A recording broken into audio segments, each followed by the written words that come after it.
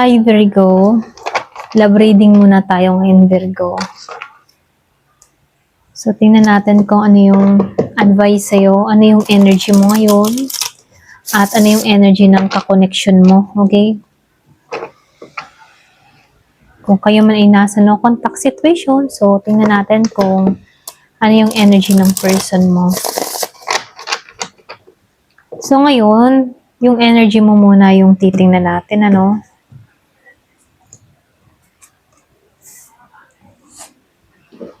Tapos, yung energy ng person mo.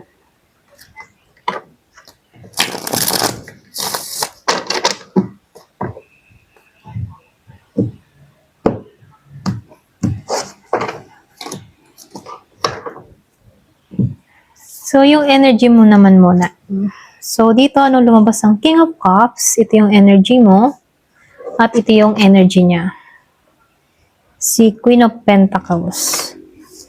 So, nakikitaan ko dito, no, yung iba sa inyo, meron kang kadiling dito na Scorpio, Pisces, and Cancer. Meron din ako nakikitang Gemini, Libra, and Aquarius, and Virgo, Capricorn, Taurus. So, good sign to, no, kasi nakikitaan ko dito, malawak yung pangunawa mo sa sitwasyon ninyo or maging sa connection nyo. So, lumalabas dito, aware ka sa mga nangyayari or nagaganap sa inyong dalawa. So, nakikitaan ko dito, malawak yung pangunawa mo, okay? So dito, nakikitaan ko rin dito, meron kang person dito no, na nagsusumikap. Pwedeng siya yung tipo ng tao na workaholic, trabaho-trabaho muna.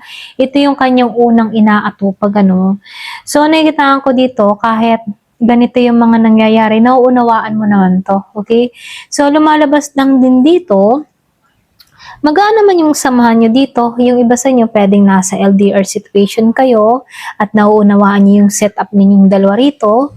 So, nakikitaan ko dito, kung no contact situation naman kayo, nakikitaan ko dito na kayo ay may kanya-kanyang ginagalawan. Okay? Kumbaga, nakikitaan ko dito, nagkakaroon kayo ng malawak na pasensya sa bawat isa. Okay? So, nakikitaan ko dito na yung bang tipo na hindi naman mabigat yung no contact na nangyari sa inyo, no?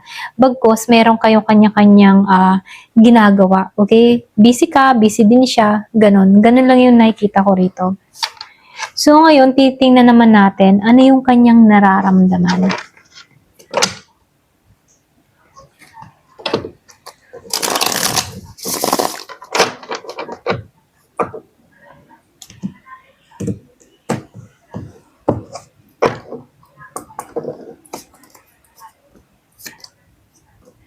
So, nakikitaan ko dito, no, feeling ng tao na to, hindi siya pinapalad, lalong-lalo na wala siyang ginagawang action dito.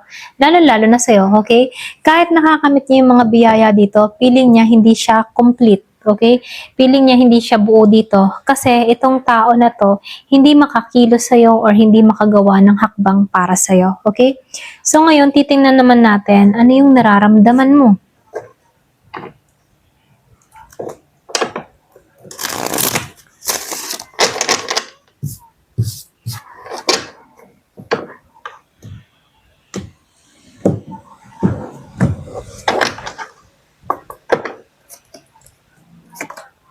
So, nakikitaan ko dito, hindi ka rin attractive or pwede rin hindi ka na-attract sa tao mo, sa person mo rito, no? Para bang nabunutan ka na ng tinik dito. So, lumalabas dito, no?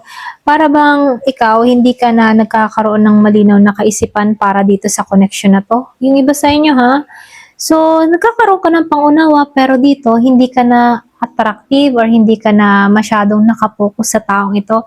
Okay, kung meron kang kadiling dito na Aries, Leo, Sagittarius, meron din ako nakikitang Gemini, Aquarius, and Libra, hindi ka na-attract sa kanya, pwedeng naka-recover or naka-move on ka na dito, or pwede rin sabihin na hindi naging magaan yung pagsasama nyo dito, no, kung bakit hindi ka attract dito. Kung meron kang kadiling na fire sign, okay, so meron lang ako nakikitang betrayal or pwede rin merong ahas na namagitan kaya hindi ka na-attract, okay. Yung iba sa inyo, pwedeng nandiri ka na lamang din dito. Ito lang yung nakikita ko, no? Kumaga, nakikitaan ko dito, sarado na yung kaisipan mo sa taong ito or pwede rin sabihin, wala ka nang nakikitang liwanag para rito. Okay? So, hindi halos lahat pare-pareho kayo, no? So, ito lang yung nakikita ko sa card. Okay? So ngayon, itatanong natin, ano yung humahadlang? Bakit walang komunikasyon? Give me the message. Ano ba yung humahadlang dito? Bakit wala kayong usap?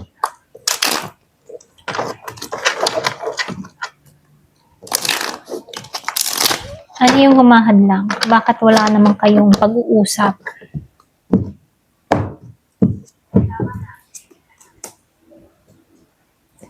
So dito kaya wala kayong pag-uusap na nangyayari. Pareho kayong nagiging logic sa sitwasyon. Okay? Pwedeng pareho kayong sabihin natin na pareho kayong nagmamatigas, parehong pride ang nangingibabaw. Ikaw ayaw mong bumaba ang pride, siya ayaw din. Okay? Kumbaga patalinuhan kayong dalawa. Ito lang yung nakikita ko.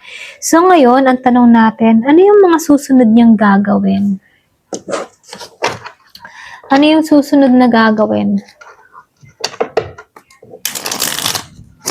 Meron nung nakikita ditong Taurus. Yung iba sa inyo meron kang kadiling na Taurus. Kumbaga, ginagamit nito yung utak niya. Then, meron din ako nakikitang Gemini, Libra and Aquarius, air sign. Kumbaga, gusto niya siyang may control. Kumbaga, gusto niyang, ayaw niyang ibaba yung kanyang sandata dito, no? Gusto niya siya yung nangunguna, okay? Siya yung merong tapang, power sa koneksyon, ganyan. So, yung tanong natin, ano yung susunod niyang gagawin? Wow, lumabas ang The Devil energy. So, sa panahon ngayon, medyo medyo nagmamatigas siya dito, Dito sa Five of Cups, kung ari man ay tutungo sa'yo, nakikitaan ko dito, perasahan, alam mo yun, may pagka-agresibo siya or pwedeng sabihin na medyo siya, kumbaga sa isang hayop, mabangis, ganun. Nakikita ko dito may pagka-obsessed to ha. Yung iba sa inyo, kung meron kang kadiling na Capricorn, kunyari wala siyang pakialam, pero yung loob-loob niya andun yung pagnanais niya. Kung kikilos man to, nakikita ko dito yung biglaan, agresibong pamamaraan, ganyan. Ganun yung galawan ng tao na to. So, hindi naman halos lahat. Meron lang ako nakikita ditong Capricorn nangingibabaw. Meron din ako nakikitang Scorpio, Cancer, or Pisces kung may kadiling ka na ganito. Alam ng wasak na yung nangyari sa inyo, Kaya lang, kahit buuin ng tao na to, yung connection, pwedeng hindi niya pakikinggan yung nais mo, pwedeng sabihin na sa pagiging agresibo nito, kukunin ka niya ng sapilitan. Alam mo yun? So, dito, tingnan natin. Ano yung advice sa'yo? Give me the message. Ano yung advice sa'yo?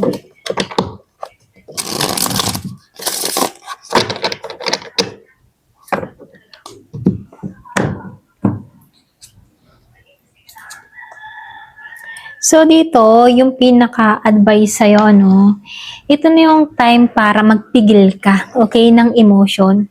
Mas maigi yung quiet kaysa makipagdakdakan, Kumbaga, gamitin mo yung talino mo, okay?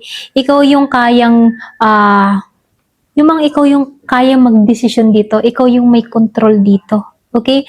So dito, sinasabihan ka dito, imbes na i-focus mo yung sarili mo dito sa taong ito, kung ikaw man ay lumalayo or umiiwas dito, i-focus mo na lang yung sarili mo dito sa kabuhayan mo or sa stability mo at yung sa seguridad mo. Okay? Kasi nakikita ko dito yung iba sa inyo, successful ka okay ka financially, nagtatagumpay ka rito. So dito, kailangan mo lang dito pagtuunan or pag-aralan yung iyong nararamdaman. Huwag kang maging padalos-dalos sa iyong emosyon. Kailangan mo pa rin may control. Okay? Kasi pag nangibabaw yung emosyon, pwede kang madala. Ayan. So ngayon, ano yung posibleng outcome? Give me the message. Ano yung posibleng outcome?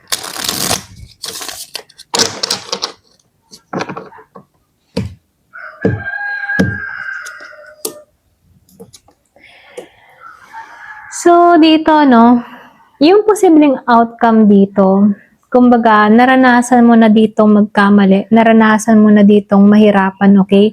Or naranasan mo nang hindi maging mapalad sa sitwasyon. Nakabawi ka na sa The Empress. Andito ka ngayon sa energy ng the Empress, or di sabihin natin dito ka patungo, ano. So dito panatilihin mo yung Empress energy mo, very independent, nagse-self love, nagse-self care, kumbaga nino-nurture niya yung sarili niya, hindi niya hinahayaan na controlling siya. So andito ka na sa sitwasyon na to or dito ka patungo. Kaya dito i-enjoy mo kung anong meron ka, kasi ito yung wag mong pakakawalan, yung the Empress energy. Wag mo nang hayaan matangay ka muli sa ganito, the Wheel of Fortune reverse, ano, yung sobrang hirap na sitwasyon. Ayan, kasi dito binuo ka ng panahon, okay? Or binuo ka ng pagkakataon. Ikaw yung pumili ng sarili mong landas kung bakit nasa Empress energy ka, at ito yung panindigan mo, okay? Ayan, hanggang dito na lamang po. Thank you for watching. Love and peace.